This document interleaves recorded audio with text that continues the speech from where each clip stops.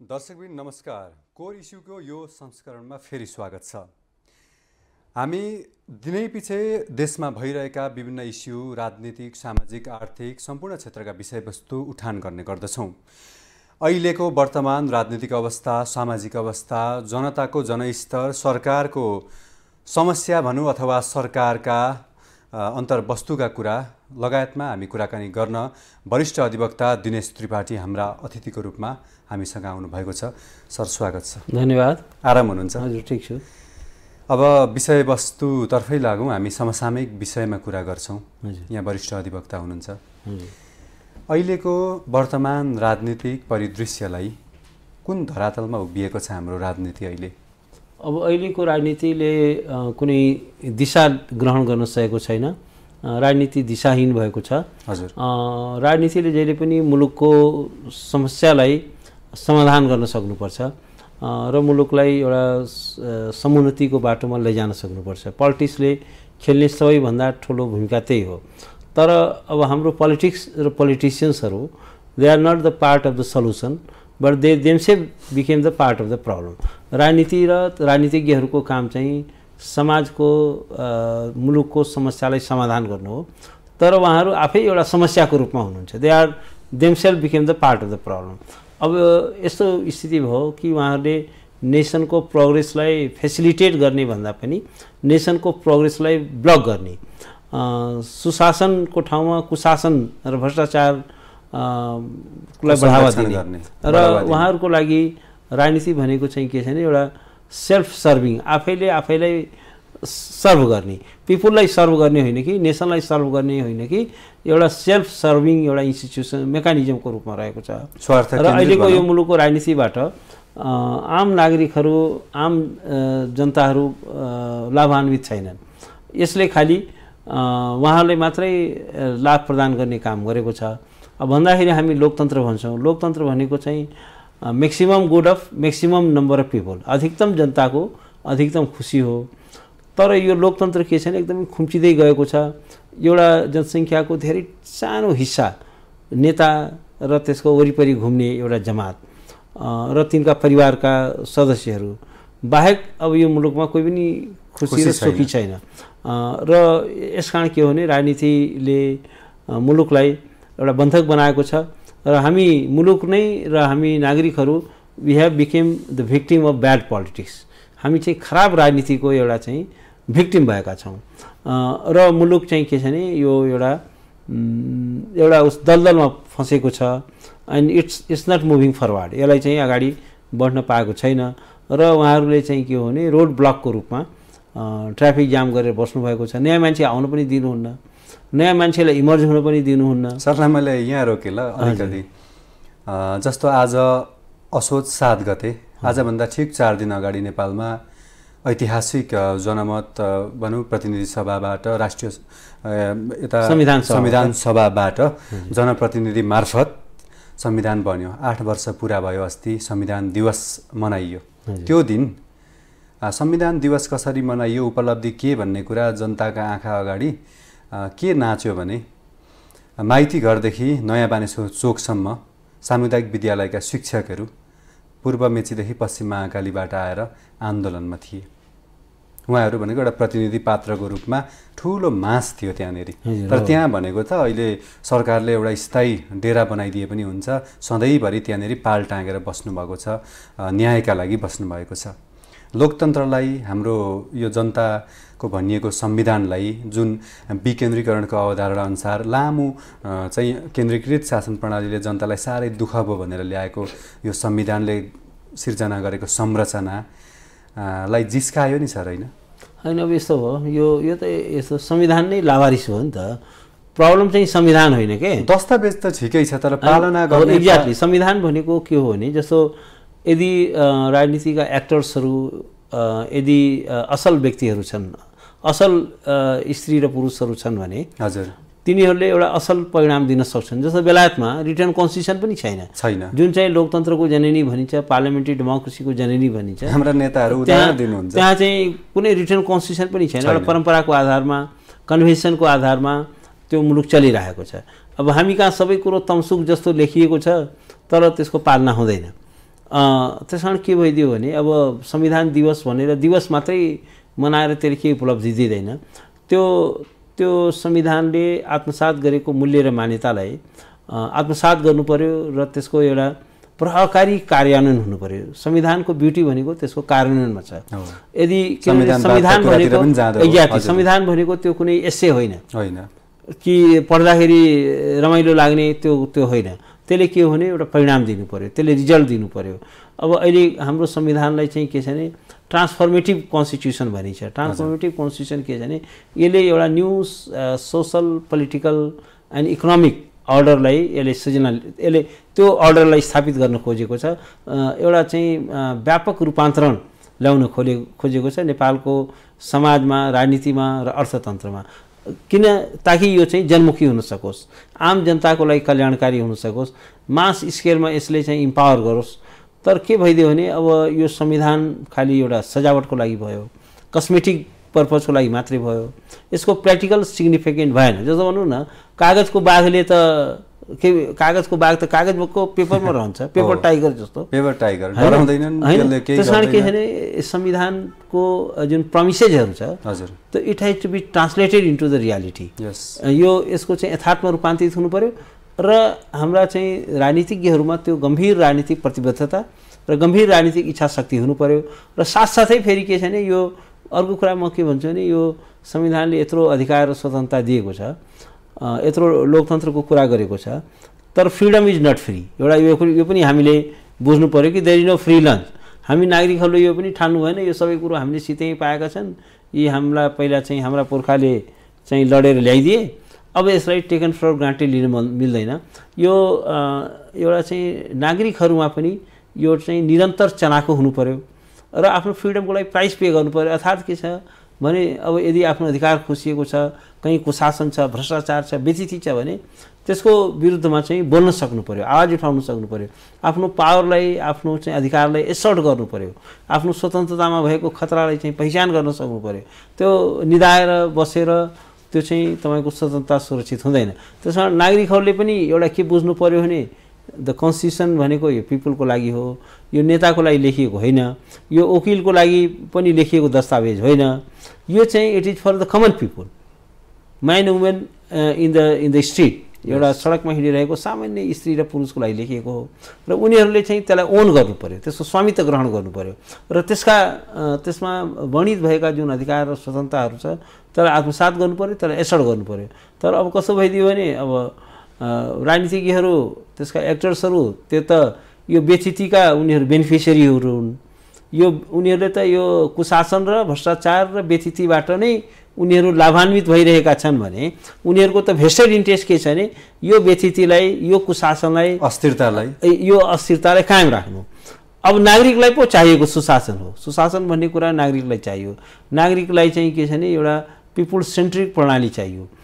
त्यसका लागि नागरिकले पो लडाइँ लड्नु पर्यो र खालि यो संविधान बनाउँदैमा अब चाहिँ कर्तव्य पुरा भयो भन्ने हुँदैन। संविधान जारी हुनु भनेको त एउटा चाहिँ पोइन्ट अफ डिपार्चर मात्रै हो, त्यो एउटा प्रस्थान बिन्दु मात्रै हो। अब त्यसपछि त संविधानले चाहिँ एउटा पूर्णता पाउनु पर्यो, त्यो चाहिँ यथार्थमा रूपान्तरित हुँदै जानु पर्यो। रूपान्तरण भनेको पनि त्यो ओभरनाइट रूपान्तरण हुने होइन, द्याट इज अ प्रोसेस। संविधानका चाहिँ जुन भिजनहरू छ, त्यसको परिकल्पनाहरू, आर्थिक सामाजिक न्यायको कुरा छ, इन्क्लुजनको कुरा होला, इम्पावरमेन्टको कुरा होला, सरले भनिरहँदा गुड गभर्नेन्सको कुरा होला, त्यो त इट्स अ लङ प्रोसेस।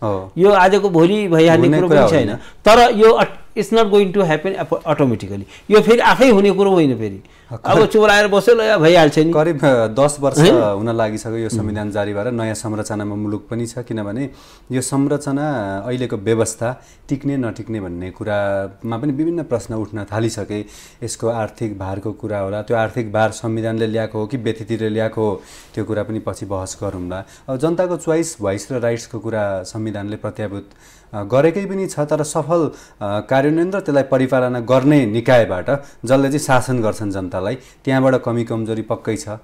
यसरी यो संविधानमाथि खतरा हुने गरी अथवा भएको सङ्केत दिनको लागि जनता माइती घरमै आइराख्नुपर्ने थिएन पनि होला। अब यो व्यवस्था, यो संविधानले परिकल्पना गरेको यो व्यवस्थामा चाहिँ जस्तो प्रदेश सरकार छ नि सर, प्रदेश सरकार चाहिँ मुख्य संघीयता कार्यान्वयन गर्ने मुख्य यो संघीयताको मुख्य चाहिँ एउटा परिभाषा दिने भनेको एउटा प्रदेश सरकार हो। हामीले यो नयाँ परिवर्तन ल्यायौँ भन्ने कुरा चाहिँ यो ल्याइयो। तर पहिचानकोमा भन्यो केमा भन्यो यो केन्द्र सरकारले संघीय सरकारले खेल्ने र निश्चित नेताले निश्चित पार्टीका नेताले खेल्ने एउटा प्लेग्राउन्ड बनेको छ, जसले गर्दाखेरि संघीयतामाथि प्रश्न उठ्छ। अनि फेरि उहाँहरू जसले संविधान बनाउनु भयो उहाँहरू भन्नुहुन्छ संविधानमा संशोधन आवश्यक छ, किनभने अब अलिकति यो व्यवस्थामा भन्नुहुन्छ, किनभने उहाँहरू बिगार्नुहुन्छ अनि आफै सच्चिन जस फेरि आफै लिन चाहिँ उद्धत हुनुहुन्छ। यो कुरालाई कसरी व्याख्या गर्नुहुन्छ? यो अब अफकोर्स संविधान भनेको अफकोर्स यो एउटा लिभिङ डकुमेन्ट हो, जीवन्त दस्तावेज हो, यो गतिशील दस्तावेज हो। यसमा चाहिँ निरन्तर संशोधन पनि भइरहन्छ, किनभने सोसाइटी चाहिँ चेन्ज भइरहन्छ,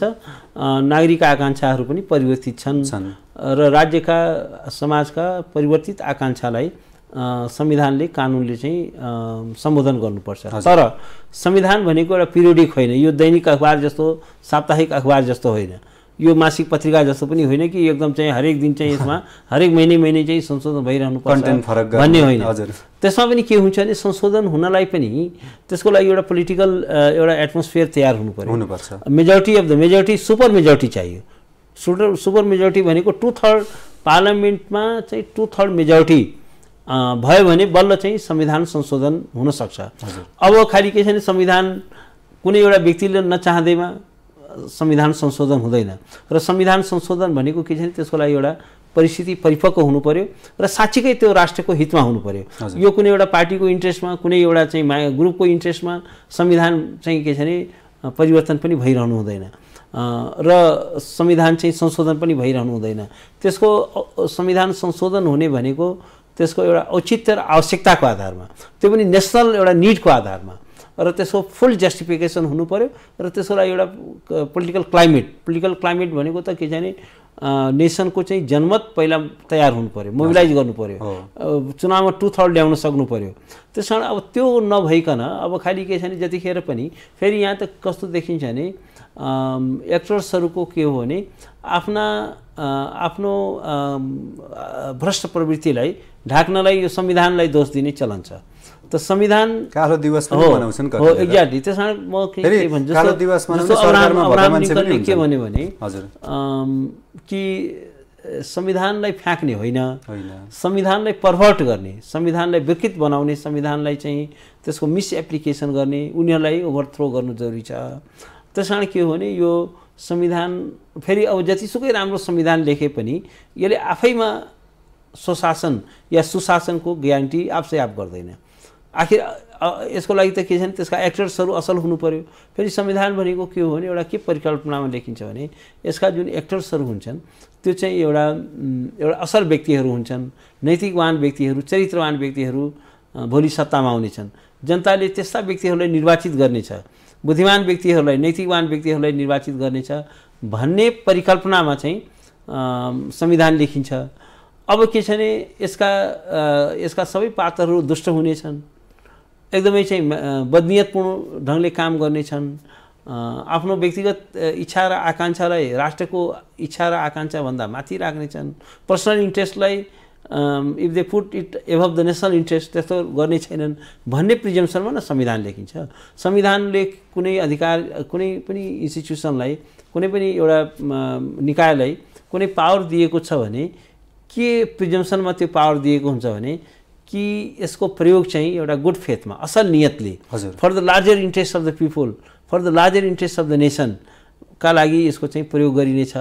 अब यसलाई चाहिँ के छ भने आफ्नो पर्सनल हितको लागि र राष्ट्रलाई अहित गर्नको लागि यसको प्रयोग गरिनेछ भन्ने प्रिजम्सनमा गरिँदैन, गुड फेथमा गरिन्छ। असल व्यक्तिहरू हुनेछन् र उनीहरूले असल नियतले संविधानका को चाहिँ प्रयोग गर्नेछन्।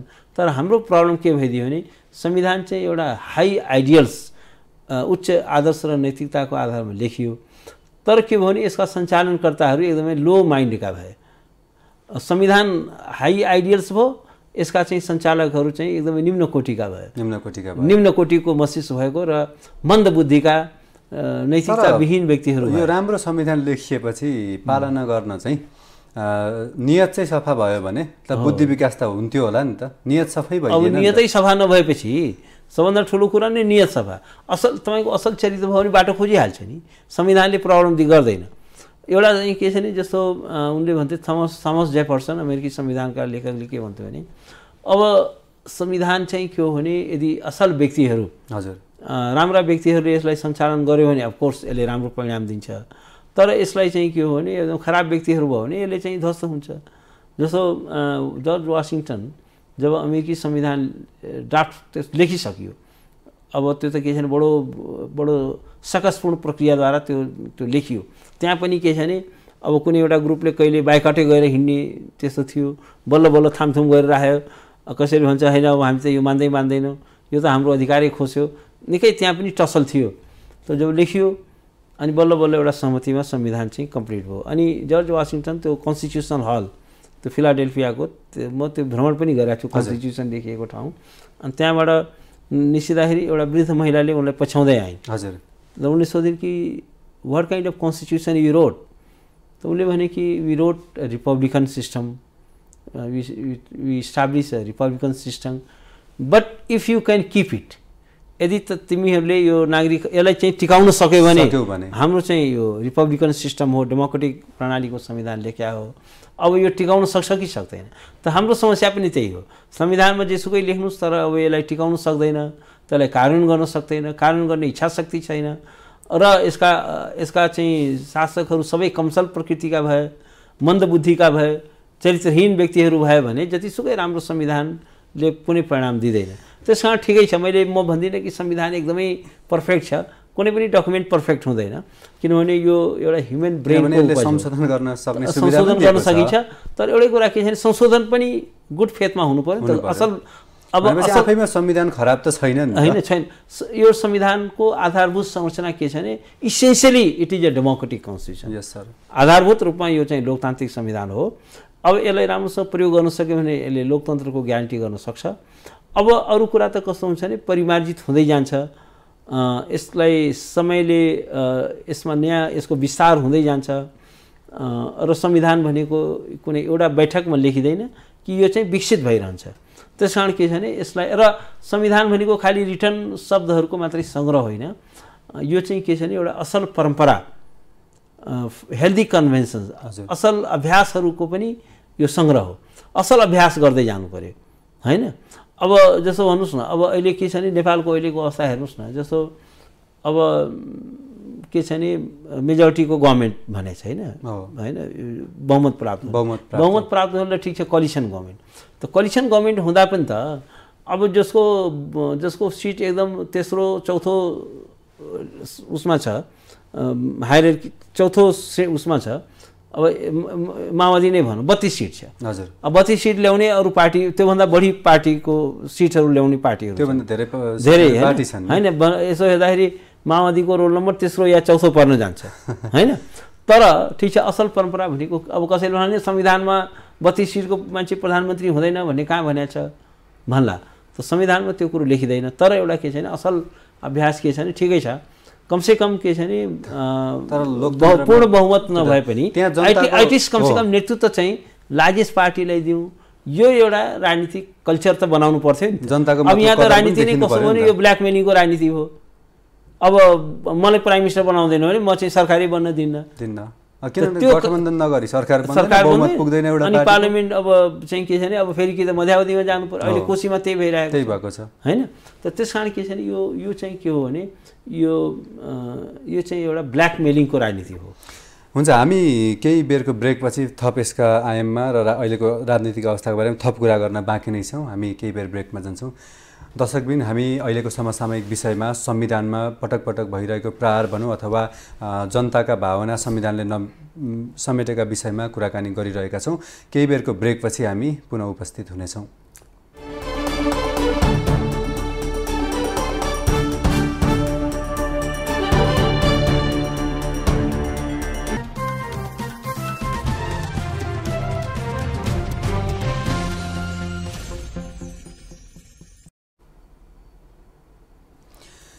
ब्रेकपछि हामी फेरि जोडिएका छौँ। अब जस्तो अब यो लोकतन्त्रले दिएको परिणामै भनौँ न, पछिल्लो समय नयाँ राजनीतिक दलहरू, स्वतन्त्र व्यक्तिहरू इन्डिपेन्डेन्ट क्यान्डिडेटको रूपमा चाहिँ स्थानीय तहमा राष्ट्रिय स्तरमै भनौँ अब नयाँ पार्टीहरूले पनि राम्रो जनताको मत प्राप्त गरेर प्रतिनिधित्व गरेका छन्। जनताको यो मतलाई हामी सबैले सम्मान पनि गर्नुपर्छ।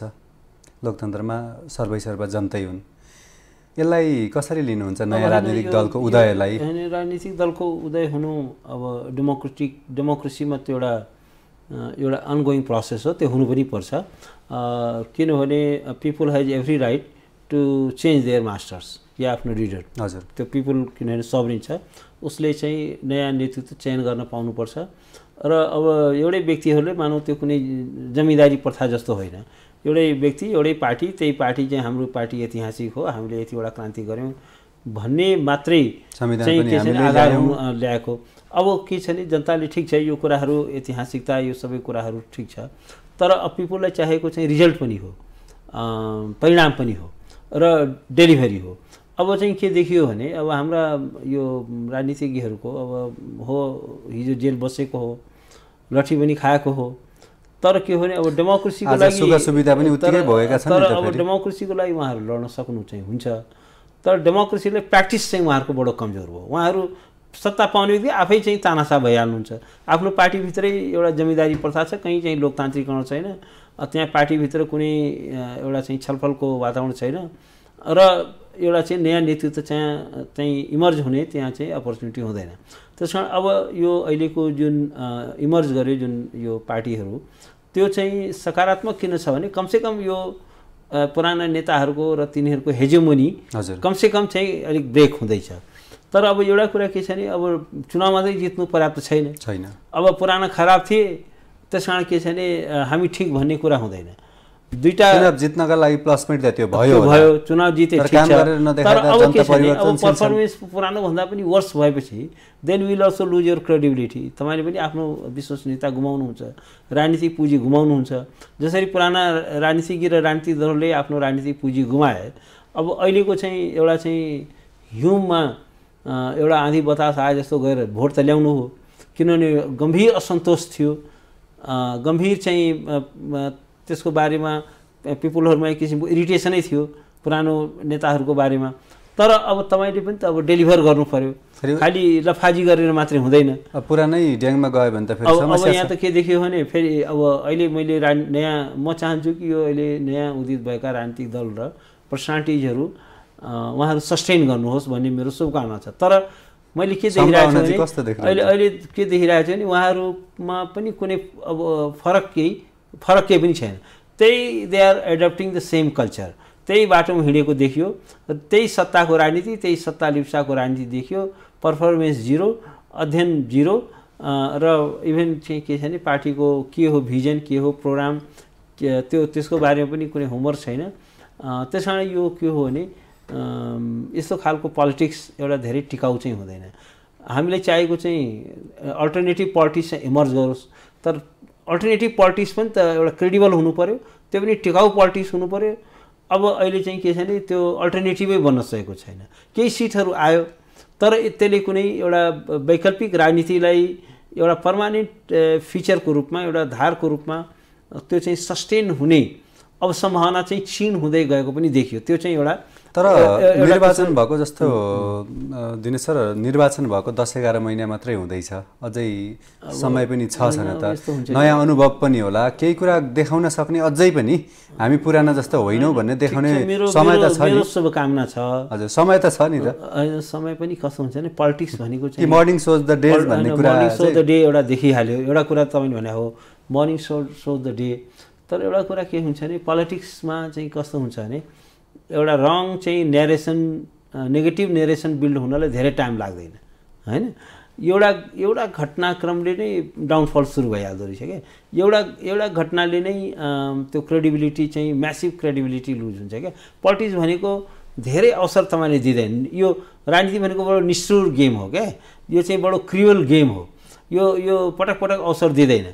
पाएको अवसरमा तपाईँले त्यसलाई राम्रोसँग सदुपयोग गर्न सक्नुभयो र तपाईँले एउटा साँच्चीकै एउटा पर्मानेन्ट विकल्प दिन सक्नुभयो भने द्याट्स फाइन। अदरवाइज नेसनले कसैले पनि पर्खिँदैन। त्यस कारण हाम्रो चाहिँ फेरि कस्तो छ भने हाम्रो साइकोलोजी पनि अलिक भोलाटाइल किसिमको छ। हामी अब हो पनि यत्रो अविकास छ, यत्रो पछौटेपन छ र यत्रो गरिबी छ, यत्रो चाहिँ पछौटेपन छ, यत्रो बेरोजगारी छ। सबभन्दा यो विकराल समस्या यो मुलुकको बेरोजगारी हो। इकोनोमिक ग्रोथ चाहिँ के छ भने नेगेटिभ छ र इन्भेस्टमेन्ट आउँदैन कहीँबाट। किनभने जबसम्म अब हाम्रो जस्तो गरिब अर्थतन्त्र भएको मुलुक हो, के हुन्छ भने जबसम्म विदेशी पुँजी र प्रविधि हस्तान्तरण हुँदैन तबसम्म इकोनोमिक ग्रोथ हुँदैन। अब ग्रोथ नभइकन तपाईँले ग्रोथ भएपछि न तपाईँले त्यसलाई सोसल वेलफेयरमा ट्रान्सलेट हुन्छ। अब ग्रोथै छैन, दरिद्रताको वितरण गरेर त सामाजिक कल्याण हुँदैन नि त, गरिबीको वितरण गरेर त समाजवाद हुँदैन नि, संविधानमा समाजवाद उन्मुख लेखेर त हुँदैन। त्यस कारण बेसी कुरो सामाजिक न्यायको कुरा छ, डेलिभरीको कुरा छ र एकदम पिपुलहरू डेस्परेट भइसके। किनभने हेर्नुहोस् अब जसो घरमा एक छाक खाने छैन उसलाई त कि त मुलुक छोडेर जानु पर्यो, अर्को उपाय छैन। र अहिले तपाईँ हेर्नुहोस् एयरपोर्टमा हरेक दिन चाहिँ के छैन, यो त देशै एउटा वृद्धाश्रम जस्तो बन्दैछ। किनभने working population, we are losing our population. कुनै पनि देश यो संसारमा आफ्नो युवा जनशक्तिलाई विदेश निर्यात गरेर त्यसले प्रोग्रेस गर्दैन। अनि उहाँका बुवा आमालाई चाहिँ वृद्ध भएका बुवा आमालाई वृद्ध भत्ता दिनुहुन्छ, युवाहरूलाई रोजगार दिनेतर्फ उहाँहरू दिनुहुन्छ। किनभने लोकप्रियता पनि चाहिएको छ, चुनाव जित्नु छ। एक्ज्याक्टली। त्यस कारण अब हाम्रो के भने त्यो एउटा गम्भीर एउटा now we are in the verge of collapse. साँच्चै भन्यो भने फेल्ड स्टेटको फेल्ड त स्टेट अलमोस्ट फेल्ड छ क्या। किनभने इकोनोमिक पर्फर्मेन्स सबै इन्डिकेटरहरू सबै नेगेटिभ छन्। आखिर जतिसुकै लोकतन्त्रको कुरा गरे पनि एउटा स्टडिजहरूले के देखाएको छ भने जुन मुलुकको पर क्यापिटा इन्कम $8,000 भन्दा कम छ, हजुर, त्यो मुलुकमा लोकतन्त्र टिकाउनलाई भेरी डिफिकल्ट। भनेपछि त्यो हिसाबले हेर्ने भने त हामी त फेल भइसक्यौँ। हामी त अलमोस्ट, किनभने के हुन्छ भने अब मान्छेले अब ग्रोथ नहुने बित्तिकै जब हुँदैन, जब नभएपछि अब पेट भर्दैन, पेट नभएपछि बेच्ने कुरा केही पनि हुँदैन, भोटै भए पनि बेच्नु पर्यो। अब भोट पनि कति चुनाव पनि 5 वर्षमा मात्र एकचोटि हुन्छ। अनि राजनीतिक दलहरू भनेको त्यो बेरोजगारहरूको प्यारासाइटहरूको एउटा जमात जस्तो हो। समाजमा चाहिँ के छ भने कुनै प्रोडक्टिभिटी नभएका व्यक्तिहरू सबै राजनीतिक दलको सदस्य भए, सबै कार्यकर्ता भए र सबै चाहिँ के छ भने पार्टीको भक्तजन भएर हिँड्नु पर्यो। एउटा नेताको पछाडि हो हो गरेर ताली लगाउँदै जय जयकार गर्दै हिँड्नु पर्यो। त्यहाँ चाहिँ के छ भने कुनै डेमोक्रेटिक एउटा चेत हुँदैन, एउटा चाहिँ क्रिटिकल माइन्डसेट हुँदैन। हामी कहाँ क्रिटिकल माइन्डसेटै छैन। त्यस कारण के भयो भने अब यस्तो स्थितिमा डेमोक्रेटिक इन्स्टिट्युसन्सहरू सस्टेन गर्दैन, उनीहरूको ग्रोथ पनि हुँदैन र मुलुकले चाहिँ के छ भने दिशा पाउँदैन। त्यस कारण म के भन्छु भने ठिकै छ, यो नयाँ पार्टीहरूको इमर्जेन्स आफैमा एउटा सकारात्मक कुरा हो। तर अहिलेसम्म चाहिँ म चाहिँ ढुक्क हुन सकेको छैन कि यसले साँच्चीकै यसले एउटा अल्टरनेटिभ दिन सक्छ भने। यो व्यवस्था, यो दस्तावेज ठिक छ, तर यो अहिलेको संरचना, यो व्यवस्था चाहिँ अलमोस्ट फेल भइसकेकै हो। होइन, अलमोस्ट फेल छ। जस्तो हेर्नुहोस्, इकोनोमी पनि, इकोनोमी हाम्रो कोल्याप्स छ। पोलिटिक्समा जस्तो भन्नु अहिले नागरिकमा तपाईँ कुरा गर्नुहोस्, चरम निराशाको मनोविज्ञान छ। लोकतन्त्रको सबैभन्दा ठुलो दुश्मन भनेको यो निराशाको मनोविज्ञान हो। किनभने फ्रस्ट्रेसन, ओभरली फ्रस्ट्रेट छन् पिपुलहरू, किनभने होप छैन। र यो अहिले चाहिँ हामीले पोस्ट कन्स्टिट्युसनल नयाँ संविधान लेख्यौँ, यसले त एउटा होप जगाउनु पर्थ्यो नि। पोलिटिक्स अफ होप भनेर ओबामाले भन्थे नि त खै त पोलिटिक्स अफ होप। कुनै एउटा नेता छ जसले यसले चाहिँ अब मुलुकमा केही ट्रान्सफर्मेसन ल्याउँछ, यसले चाहिँ ग्रोथ ल्याउँछ, यसले चाहिँ नयाँ चाहिँ एउटा चाहिँ एउटा फ्रेमवर्क क्रिएट गर्छ भन्ने आशा जगाउन सक्ने एउटा पनि राजनीतिक दल छैन, एउटा पनि राजनीतिक नेता छैन। भनेपछि यो एउटा हामी कस्तो छ भने एउटा चरम निराशाको स्थितिमा छौँ। त्यो भनेको चाहिँ के छ भने जहाँ होप हुँदैन त्यहाँ त्यो नेसनले प्रोग्रेस गर्दैन। जुन नेसनले होप गुमाएको हुन्छ त्यो जातिले कहिले पनि प्रोग्रेस गर्दैन, त्यो नेसनले पनि प्रोग्रेस गर्दैन। र अहिले हेर्नुहोस्, सारा युवाहरू हाई स्कुल पास गर्न पाएको छैन, उसलाई चाहिँ विदेश जानु पर्यो भनेपछि 12 कक्षा तपाईँ हेर्नुहोस्, यहाँ हेर्नुहोस् इभन ब्युरोक्रेसीको लोवर लेभलको अफिसरको त कुरै छाडिदिउँ, हायर लेभलका अफिसरहरू पनि सचिव भइसकेका व्यक्तिहरू, उपसचिव भइसकेका व्यक्तिहरू, पुलिसको डिआइजी भइसकेका व्यक्तिहरू, एसपी भइसकेका व्यक्तिहरू, उनीहरू सबै चाहिँ के छ भने डिबी भर्नलाई लाइनमा लागिरहेका गर्छन् र डिबी परोस् भनेर प्रार्थना गर्छन्। उनीहरू कुनै एउटा जस्तो अब र डिबी परेर अमेरिका सेटल भएका उदाहरण पनि छन्। र उनीहरूको के छ भने हो त्यस कारण के छ भने जब उनीहरूलाई नै नेसनको फ्युचरमा एउटा विश्वास छैन, अनि कसरी चाहिँ तपाईँको चाहिँ के छ नेसन आम नागरिकले कसरी गर्ने त हो। त्यस कारण अब यो जस्तो कानुन त भए, अब कानुनको जननीको एकछिन हामीले कुरा गरौँ, कानुन पनि छ, न्याय चाहिँ भएन है? होइन, अब त्यही हो। जब तपाईँको विधिको शासन भनेको के हो भने कानुन त न्याय, कानुनले चाहिँ न्याय दिनु पर्यो, न्याय दिनु पर्यो होइन? कानुनको उद्देश्य नै के हो? न्यायको प्रत्याभूति नै छैन, न्यायको सुनिश्चितता हो। कानुन भनेको चाहिँ के छ भने त्यो इन्स्ट्रुमेन्ट अफ रिप्रेसन होइन, यो दमनको औजार होइन। जस्तो कानुन त पञ्चायतमा पनि थियो नि, संविधान त पञ्चायतको पनि संविधान थियो नि त। संविधान भए पनि त्यो संविधानमा चाहिँ संविधानवाद थिएन। त्यसले नागरिकको स्वतन्त्रता, त्यसले सामाजिक न्यायको, इन्क्लुजनको, पार्टिसिपेसनको त्यसमा कुनै बन्दोबस्त थिएन। त्यो चाहिँ के हो भने राजाको शक्तिलाई एउटा चाहिँ फैलाउनका लागि हजुर, र सरकार यो सबै इन्स्टिट्युसन किन बनाएको थियो भने ताकि यो होल पोलिटी एन्ड गभर्नेन्समा एउटा व्यक्तिको कन्ट्रोल हुन सकोस्, डाइरेक्ट कन्ट्रोल हुन सकोस्। राष्ट्र नायकै भनियो उनलाई, र उनलाई नै सबै इभेन जुडिसियल पावर पनि राजामा राखियो। हजुर, शक्ति पृथकीकरण नै भएन। त्यस कारण के हुन्छ भने संविधान, लिखित संविधान हुनु, लिखित कानुन हुनु मात्रै पर्याप्त छैन। त्यो कानुन पनि जस्ट, फेयर एन्ड रिजनेबल हुनु पर्यो। त्यो संविधान पनि हुनु मात्रै पर्याप्त छैन, त्यो संविधानले एउटा न्यायपूर्ण सामाजिक व्यवस्थाको निर्माण पनि गर्न सक्नु पर्यो। त्यसले नागरिकलाई चाहिँ इम्पावर गर्न सक्नु पर्यो, त्यहाँ पार्टिसिपेसनको स्पेस हुनु पर्यो, र त्यो दस्तावेज चाहिँ एउटा नेसनल युनिटीको, नेसन बिल्डिङको दस्तावेज हुनु पर्यो। त्यो एक थान संविधान मात्रै लेखेर के अर्थ छ? संविधानको कार्यान्वयनका कुरा गऱ्यौँ, संविधानलाई पर्ने अप्ठ्यारा शासनको कुरा, शासकको कुरा पनि गऱ्यौँ। अब अन्तिममा यो व्यवस्था टिकाइराख्न, संविधानको रक्षा गर्न, जनतालाई न्यायको प्रत्याभूति गराउनको लागि अबको नेतृत्वलाई, अब म सरकारलाई मात्रै भन्दिनँ, भोलि कसको सरकार हुन्छ, भोलि फेरिन्छ, त्यो अब न तपाईँले ग्यारेन्टी गर्न सक्नुहुन्छ, न मैले गर्न सक्छु, न उहाँ अहिले सरकारको नेतृत्व गरिरहेका प्रधानमन्त्रीले गर्न सक्नुहुन्छ। अब यो संविधानको सफल कार्यान्वयन, जनतालाई न्यायको प्रत्याभूति दिने गरी, जनता चाहिँ सडकमा पटक पटक सङ्घर्षका लागि उत्रिनु नपर्ने गरी नेतृत्वलाई चाहिँ, तपाईँ राजनीतिक नेतृत्वलाई भन्छु म, के सुझाव दिन चाहनुहुन्छ अन्त्यमा, टु दि पोइन्ट? अब एउटा कुरा के हो भने यो हाम्रो राजनीतिज्ञहरूले यो भित्तामा लेखिएको अक्षर भन्छ नि, राइटिङ इन द वाल, त्यो पढ्न सक्नु पर्यो कि यो पिपुलमा चाहिँ चरम निराशाको मनोविज्ञान छ, र पिपुलले चाहिँ डेलिभरी खोजेको छ, गभर्नेन्स खोजेको छ, पिपुललाई चाहिँ इकोनोमिक ग्रोथ खोजेको छ, रोजगारी खोजेको छ, अवसर खोजेको छ। अवसरबाट, रोजगारीबाट, सबै कुराबाट वञ्चित छ।